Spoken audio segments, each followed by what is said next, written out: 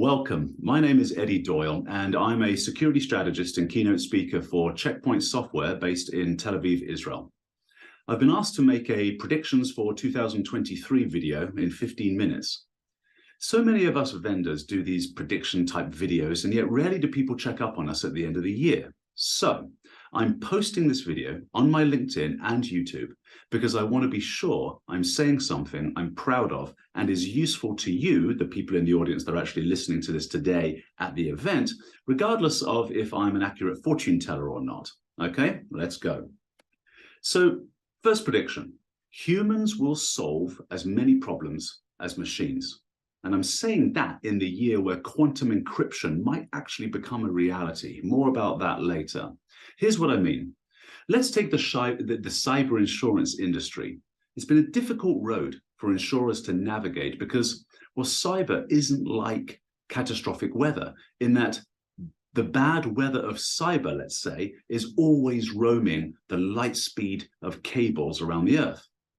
It appears our community sentiment about it is that insurance companies are less and less inclined to take on cyber risk, and so are denying coverage. I've heard the stories, certainly. I don't think insurance companies are staying away from our market, right? There's just too much money to be had in general. As an example, the world's first cyber catastrophic bond was issued very recently to help cover the absolutely catastrophic events. And while governments in many countries wouldn't compel insurers to underwrite, I believe brokers will take it upon themselves to build various different standards or build upon the standards that are out there. There's a gentleman called Guy Simkin of the Cyber Insurance Academy who wrote in his 2023 market update that previously education in the cyber insurance sector centered around cyber terminology, but now it's becoming increasingly technical. There's been a shift for these folks. This, I think, is a failure of communication on the part of our industry. I see the outcome of going one of two ways. Either brokers will step up to negotiate the standard in partnership with regulators, or insurance companies will use their massive power to force clients to take on technologies which small and mid-sized companies might not be able to afford, forcing them to consider these sort of dark alley products of bleeding edge startups that might not be ready for market, or simply an inferior technology to check a compliance box. Many startups are excellent, of course, but this brings me to another 2023 prediction, being that we will see a consolidation in the cybersecurity vendor space as IPOs become less and less attractive and previously inflated valuations get right-sized. Now, this shift will pose a challenge in the form of organizational change for many companies that currently embrace the best of breed technologies, right, and the best of breed strategy. Because if they're going away, a consolidation will be forced upon you. Okay, staying in the theme of people being as great as machines, audit attestation of adequate cybersecurity controls will become required for public companies as part of or in addition to something like a Sarbanes-Oxley. Many traditional audit companies are going to be hesitant to take on this risk since SOX requirements for financial integrity audits aren't as complex as cyber, and SOX audit violations are considered criminal offenses and carry fines and jail time. The workforce labor gap of 800,000 cyber-related jobs available in the United States and 3.4 million globally will increase. Okay. Universities continue to serve a backlog of demand, and until those students are capably working, will be short headcount. Great prediction, I know, Eddie. Yeah, well done. Well, so we know and we can prepare because it actually ties in nicely with an automation prediction I'll share in a few moments. Talking of headcount, we should certainly talk about Uber's former CISO, Joe Sullivan, who broke the mold and became the first CISO to be convicted and found guilty of obstruction of proceedings of the FTC and deliberate concealment of a felony in connection with his attempted cover-up of the 2016 breach at Uber. Now, I'm actually shocked at the tribal response, which continues to beat the drum of innocence in this case. I'd imagine there are, or there certainly were, more people than Joe involved. But for a former federal prosecutor, which is what Joe was, to find out his company's been hacked, and instead of informing his general counsel, reverse engineered the hack, found the threat actors living in Florida, if memory serves me correctly, sent thugs to their home, intimidated them, got them to sign an NDA saying they did it as part of a bug bounty program, and then paid them $100,000 in crypto, okay? Let's say that is the incorrect way to deal with matters, to deal with a breach. At least that's what I've read so far, and there's more details emerging on that. It's not about blaming Joe for the breach, right? We don't do that, right? It's all the other stuff. The human factor is an issue, but in much the same way, a CEO or a CFO is held to a higher standard via education, certification, and audits. The department of the CISO will now have to win back trust from the executive board through impeccable behavior and grace. The geeks might rule the world today, but let's not let absolute power corrupt absolutely. I think we'll also see some deep fake pictures and videos and probably audio files more so leveraged to increase the effectiveness and impact of social engineering, probably this year only on high value targets. That'll come more in latter years to the general public. This brings me to the intersection of people problems and how we engage technology. Don't do what computers can do. Just look at this thing behind me, a quantum supercomputer.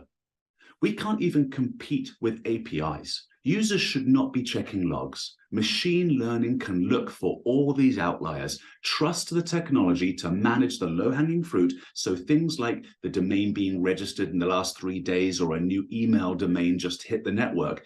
These things a machine can take care of. They can do all of that far better than a human, and most importantly, faster. We know we're going to have staffing problems this year, so put your people on people stuff. Automate with API first in mind. We need to give up the idea that humans can manually control all events and changes. This mindset is going to shift in 2023 to handling exceptions versus all events, covering deployments, changes, upgrades, incidents, all that stuff. We also need to be architected so that if any user clicks on a link, it can never cause an outage, but rather be contained to that particular user. My thought behind this is the fact that we are rapidly moving to environments where just about everything can present an API and allow us to automate so much more than before. Humans in organizations and SOCs, however, still operate under the premise that they are the only ones who really know what to do. And because of that, the possessiveness that they have, they will not let go and put trust in the machines and automation. This is going to change. It has to change. We don't have the personnel power. You see this reflected in SIM thinking. If only the logs could end up in my SIM, then the operator can address all the events and sort them out. The reality is that people are expensive and scarce, and they make mistakes and get tired. On top of that, traditional technology and this mindset does not provide for trend analysis and large-scale mapping of ingested threat intelligence versus the whole estate. Now, flip the funnel upside down and operate from a starting point that all is taken care of outside of exceptions. This should free up time for the smart people to think on how they can improve the engine rather than operate within it all the time. Besides, we've already been down this road for antivirus in earlier years. We grew tired of checking every event, and now we trust the technology almost 100% when it puts a file in quarantine. The exceptions are most of what the operators now handle, since that truly requires intelligence. IPS should have gone the same way already, but might in 2023. Imagine an IPS signature being triggered because of a known CVE, and the backend server is known to be vulnerable. In a fully automated environment, the correct patch would be scheduled to be installed during a previously agreed upon time window. My concern here is that once directives such as NIS2 come into play, We'll have to tell critical SCADA infrastructure folks like an iron melting plant that we need to stop some IP packets in an automated fashion. Right? Their approach is still all about production first. They're behind the rest of us in the industry on cyber protections, having been the last of the party getting online, simply. Now, this brings us to IoT. All right, I have a little smirk. Us vendors have been talking this one up for quite some time, but I'll say that as the telcos promise high speed, we're answering more and more requests for security of crazy things like fleets of battery stations for cars. Talking of telcos, SimTech is promising to provide trusted data for IoT delivery, while at the same time encryption is in jeopardy of being permanently hacked. Isn't that interesting? We are 1 year closer to quantum encryption, rendering all conventional encryption completely worthless. An article in the Register just a few days ago stated quantum computers might finally be ready to break 2048-bit RSA encryption. Now, obviously, privacy violations will increase as companies get up to speed with regulations. So this is another prediction that I'm moving into now. Virtual and augmented reality in healthcare and engineering poses some unique privacy issues with things like visual images of patients and patents. You understand what I mean, right? Patients for healthcare and patents for engineering. And it doesn't take a genius to predict that cloud misconfigurations by humans will continue accelerating, and the resulting breaches will expose more customer information and cause more disruption. Back to that issue of automation through API. So look out for solutions to that this coming year, and even the DevSecOps security at checkpoints that we provide through our shift left scanning for secrets as developers grab or write code. We actually secure that on the go for them.